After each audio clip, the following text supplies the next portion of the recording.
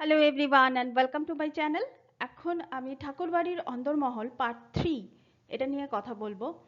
তো পার্ট 3তে আমরা যাদের যাদের কথা বলবো, কাদম্বরী দেবী, এরপর মৃণালিনী দেবী, প্রজ্ঞা সুন্দরী এবং সরলা দেবী। তো এই কজনের কথা আজকে বলা হবে ঠাকুরবাড়ির অন্দরমহলে উল্লেখযোগ্য ব্যক্তিত্বদের সম্বন্ধে। এরপর যদি আমি বলি, হ্যাঁ, কোথা থেকে রেফারেন্স নিয়েছি, ঠাকুরবাড়ির অন্দরমহল বইটা তো আছেই, তার সাথে সাথে যতীন্দ্রনাথ দেবী, কাদম্বরী ও রবীন্দ্রনাথ, শিশির কুমার সিংহের লেখা, এখান থেকেও কি সামান্য কিছু রেফারেন্স এখানে আমি নিয়েছি। তো সেটা আমি আপনাদেরকে বলে দিলাম। এরপর যদি আমি সরাসরি কাদম্বরী দেবী বা রবি ঠাকুরের নতুন বৌঠান সম্পর্কে যদি কিছু বলি, কাদম্বরী দেবী একাধারে তিনি যে খুব বিশাল যে ব্যক্তিত্বশালিনী বা বিশাল যে সুন্দরী দেখতে ছিলেন তা না, কিন্তু তার গুণ মানে অসাধারণ। তিনি যেমন সাহিত্য প্রেমিকা ছিলেন, তিনি তার তিনতলার ছাদে একটা বাগান বানিয়েছিলেন, সেই বাগানটার নাম দিয়েছিলেন নন্দনকানন। সেখানে নানা রকমের গাছ ছিল, নানা রকমের পাখি আসতো সেখানে। এছাড়া তিনি একজন সাহিত্য চর্চা করা তো মহিলা ছিলেনই, তার সঙ্গে সঙ্গে অভিনেত্রী, গায়িকা, এবং সবচেয়ে বড় কথা, তাকে নিয়ে চর্চা কেন হয়, তিনি ছিলেন রবীন্দ্রনাথ ঠাকুরের বিভিন্ন রকমের সাহিত্য সৃষ্টির অন্যতম মানে অনুপ্রেরণা, আমি বলতে পারি ইন্সপিরেশন। আমার মনে হয় এইটুকু সম্মান, মানে আমার তরফ থেকে এই সম্মানটা তো আমি দিতেই পারি। এবং সেই জন্য তিনি চর্চার কারণ হয়ে গেছিলেন, তাকে নিয়ে বিতর্ক আছে এবং তার মৃত্যুকে ঘিরেও নানা রকমের তথ্য আছে, যদিও সত্যি মিথ্যা আমি এখানে ওই সব জিনিস নিয়ে আলোচনা করছি না। এবং রবীন্দ্রনাথ ঠাকুর পরবর্তীকালে খুব হাস্যোচ্ছলে কথাটা বলেছিলেন যে ভাগ্যিস নতুন বৌঠান আজকে বেঁচে নেই, বেঁচে থাকলে হয়তো মামলা হতো। মানে উনি মারা গেছেন তাই ওনাকে নিয়ে আমি সাহিত্য চর্চা করতে পারছি। মানে রবীন্দ্রনাথ ব্যঙ্গ করে বলেছিলেন, কিন্তু ইনডিরেক্টলি বলেছিলেন যে উনি জীবিত থাকাকালীনও উনি আমার কে অনুপ্রেরণা দিয়েছেন, উনি মৃত্যুর পরেও উনি আমাকে অনুপ্রেরণা এখনো পর্যন্ত দিয়ে যাচ্ছেন।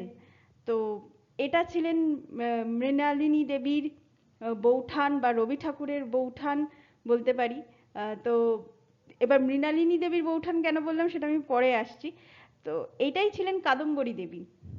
হ্যাঁ, যতীন্দ্রনাথ ঠাকুরের সঙ্গে মানে তার পরবর্তীকালে তাদের বৈবাহিক জীবনে একটা দূরত্ব চলে আসে, সেখানে আরেকজন নাট্য ব্যক্তিত্বের নাম চলে আসে সেখানে। সেখান থেকে তাদের মধ্যে একটা মানে কি বলবো, একটা মিসআন্ডারস্ট্যান্ডিংই বলতে পারি, ভুল বোঝাবুঝির থেকে, মানে আমরা তো ওটাই বলতে পারি, এবার এর বেশি তো আমরা বলতে পারি না। হ্যাঁ, এবার অনেক ক্ষেত্রে কি হয় যে কাদম্বরী দেবীর মৃত্যু কে অনেকে বলেন যে তিনি একাকিত্ব নাকি সহ্য করতে তিনি পারেননি, তো সেই জন্য নাকি তিনি এই পথ বেছে নিয়েছেন। আসলে কি বলুন তো, একটা মৃত্যুর, বিশেষ করে সেটা যদি আত্মহত্যা হয়, তার নানা রকম কারণ থাকতে পারে। একদিনে একটা মানুষ কখনো ওরকম সিদ্ধান্ত নিতে পারেন না, তার নানা রকম কারণ থাকতে পারে, এবং সেই কারণ থেকে থাকতে থাকতে থাকতে থাকতে হয়তো তার একটা সময় মনে হয়েছে যে এই মুহূর্তে আমাকে হয়তো কারোর দরকার নেই, আহ, মানে এই মুহূর্তে দরকার নেই, সেই জন্য আমি আর থাকবো না। আহ, এই ধরনের মানে সিচুয়েশন হলে হতে পারে, এটা আমি তার মনস্তত্ত্ব কথা আমি বলতে পারবো না এখানে, কিন্তু এই ধরনের সিচুয়েশন, এই ধরনের অবস্থা তৈরি হতে পারে। তো এটাই ছিলেন কাদম্বরী দেবী, এবং খুব চর্চিত আলোচিত ঠাকুর বাড়ির বউদের মধ্যে তিনি একজন ছিলেন। এবং রবীন্দ্রনাথ ঠাকুর, রবি ঠাকুর কিন্তু সারা জীবন তাকে কিন্তু তিনি শ্রদ্ধাই করে গেছেন। এটা আমার খুব, মানে খুবই আমার কাছে ভালো লেগেছে এই এই ব্যাপারটাকে। মানে রবি ঠাকুর কিন্তু তার জায়গাটা থেকে তিনি কিন্তু কোনোদিন সরেননি। তো ইনি হলেন কাদম্বরী দেবী। এরপর আম, আমি চলে আসি মৃণালিনী দেবী, যার কথা বলছিলাম। এবার মৃণালিনী দেবী এবং প্রজ্ঞা সুন্দরী। মৃণালিনী দেবী তাহলে কে ছিলেন? মৃণালিনী দেবী ছিলেন রবীন্দ্রনাথ ঠাকুরের নিজের স্ত্রী। তিনি কিন্তু অতিরিক্ত আধুনিকা, আজকে জ্ঞানদানন্দিনী দেবী বা অন্যান্যরা যারা যারা যেরকম ধরনের, মানে তারা তাদের যে ঔজ্জ্বল্যতা ছিল, মৃণালিনী দেবীর মধ্যে কিন্তু সেই জিনিসটা ছিল না। তিনি কিন্তু অতি আধুনিকা ছিলেন না, কিন্তু স্বামীর আদর্শকে কিন্তু তিনি যখন নিজের করে নিয়েছিলেন তখন কিন্তু নিজের স্ত্রী ধন মানে এখানে মেয়েদের গয়না, নিজের গয়না স্বামীর হাতে তুলে দিতে, স্বামী যাতে শান্তিনিকেতনে ব্রহ্মচর্য যে আশ্রম আছে সেই আশ্রমটাকে তিনি যাতে গড়ে তুলতে পারেন সেদিক থেকে কিন্তু তিনি পিছপা হয়ননি। মানে সংসারের সকলে যাতে ভালো থাকে এটাই ছিল তার জীবনের মূল মন্ত্র। এটা কিন্তু মানে ঠাকুর বাড়ির অন্য বউদের মধ্যে কিন্তু এই জিনিসটা কিন্তু দেখা যায় না। এখানে মানে সংসারের প্রতি মানে এক কথা বলতে গেলে তিনি ছিলেন নিমজ্জিত প্রাণ। এবং তার মানে তার প্রথম পরিচয় আমরা যখন পাঠক পাঠিকা হিসেবে তখনই পাই, মানে তিনি এতটাই বেশি মানে কি বলবো, মানে অন্তঃপুরিকাতে তিনি থাকতেন। তো তার সম্বন্ধে আমরা জানতে পারি যখন এই শান্তিনিকেতনের যে কথাটা বললাম সেই মানে সেই রকম ধরনের মানে কাজ থেকে কিন্তু আমরা জানতে পারি যে হ্যাঁ, রবি ঠাকুরের পাশে মৃণালিনী দেবী আছেন। এবং তিনি খুব রূপকথার গল্প তিনি ভালোবাসতেন এবং পিয়ানো বাজাতে পারতেন। এছাড়া তিনি বিভিন্ন রকমের ভাষা থেকে বাংলায় অনুবাদ করতেন, অনুবাদ চর্চা করতেন, নতুন নতুন ভাষা শিখতেন। তারপর অভিনয়টা তো ভালো উনি জানতেনই, কিন্তু দুর্ভাগ্যজনক ভাবে এটা বলতে খুব খারাপ লাগছে, মাত্র 28 বছর বয়সে তার মানে শরীরের অবস্থা ভালো না থাকার জন্য তিনি কিন্তু মাত্র 28 বছর বয়সে জোড়াসাঁকোর ঠাকুরবাড়িতে তিনি মারা যান। তো এটা রবি ঠাকুরের ক্ষেত্রে মানে আমরা বুঝতে পারি যে তার ক্ষেত্রে এটা কতটা মানে কি বলবো, মানে এইগুলো বোধহয় ভাষায় প্রকাশ করা যায় না। তো যাই হোক, ইনি হলেন মৃণালিনী দেবী, রবি ঠাকুরের মৃণালিনী দেবী। এরপর যদি চলে আসি আমি প্রজ্ঞা সুন্দরী। প্রজ্ঞা সুন্দরী তার যে পরিচয় সেটা কিন্তু একদম অন্য রকমের। তার পরিচয় শুরুই হয় ঠাকুর বাড়ির রান্নাঘর থেকে। রান্নাঘর হচ্ছে এমন একটা জায়গা, আমরা এত খ্যাতি এত কিছু সমস্ত কিছু আমরা করে ফেলি, কিন্তু রান্নাঘর হচ্ছে এমন একটা জায়গা যেখান থেকে রান্না না হয়ে বেরোলে তাহলে কিন্তু আমাদের এত উপার্জন, এত পরিশ্রম, এত সমস্ত কিছু ভবিষ্যতের পরিকল্পনা, এই সমস্ত জিনিস কিন্তু ব্যর্থ হয়ে যায়। কারণ এটা তো সত্যি কথা যে আমরা যখন কোনো জায়গায় সার্ভিস করি, কাজ করি, সেখান থেকে মাইনে পাই, মানে টাকা পাই। টাকা তো আমরা চিবিয়ে চিবিয়ে খাই না, আমাদের সেটা রান্না করতে হয়।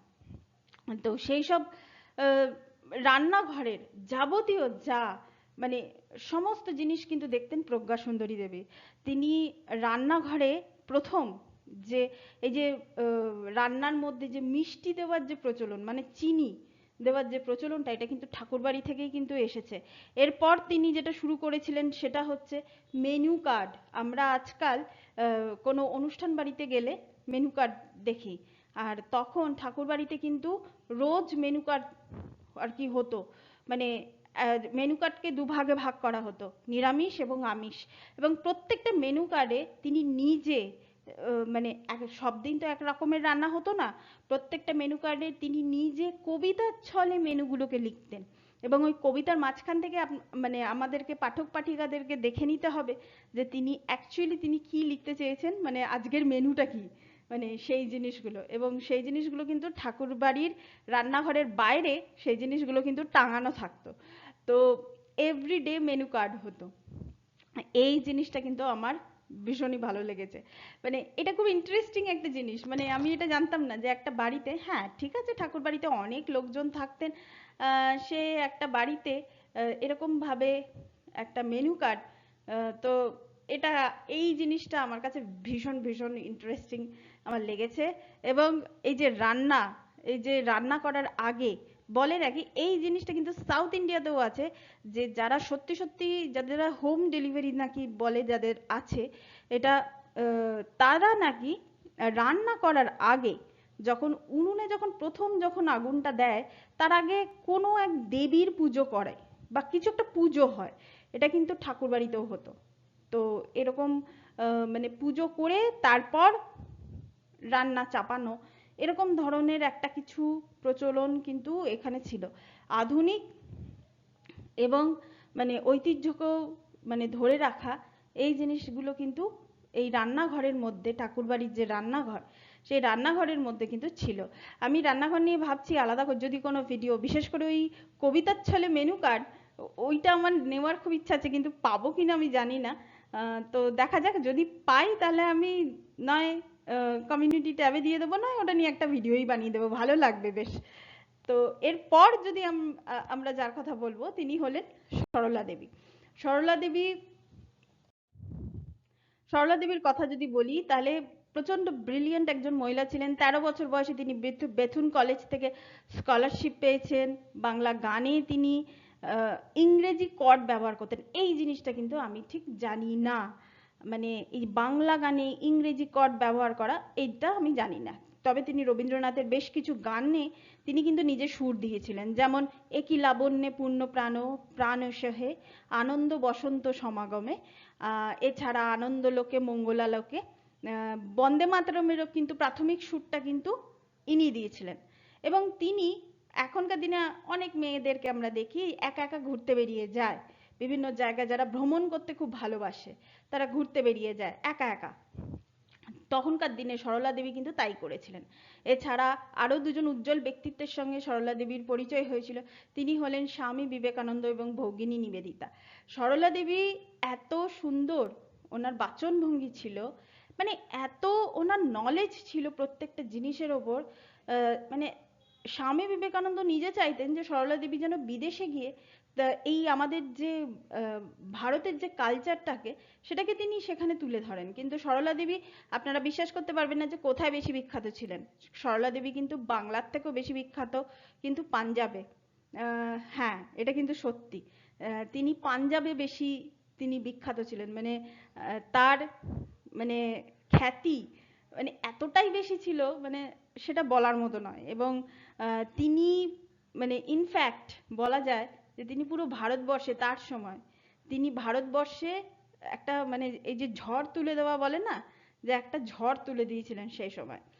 তো এই চারজনের কথা আমি বললাম যারা ঠাকুরবাড়ির সঙ্গে ডিরেক্ট যারা যুক্ত ছিলেন। এছাড়াও আরো অনেকে আছেন যারা সেই সময় নবজাগরণের সময় মহিলাদের দিক থেকে কি কি করা উচিত বা কিভাবে নিজেদেরকে এস্টাবলিশ করেছিলেন, তাদের কথাও আমি বলবো, কিন্তু সেটা পার্ট 4-এ বলবো এবং সেটা একসঙ্গেই বলে দেবো। তো এই পর্যন্ত যাদের কথা বললাম তারা হলেন ঠাকুরবাড়ির সঙ্গে সরাসরিভাবে যুক্ত। তো এর পরের পার্ট আমি নিয়ে আসবো কিছুদিনের মধ্যে। কিছুদিন কেন, আমি আজকে সন্ধ্যেবেলা হলে ঠিক আছে, নাহলে আগামীকালের মধ্যেই আমি নিয়ে আসবো। কারণ এই জিনিসটা একটু বেশি লিঙ্গার হয়ে যাচ্ছে, আমি সেটা করতে চাইছি না। তো সেই হিসাবে আজকে এই পর্যন্তই থাক। Thank you so much. That's all. Please keep watching and please subscribe my channel. Till then, goodbye.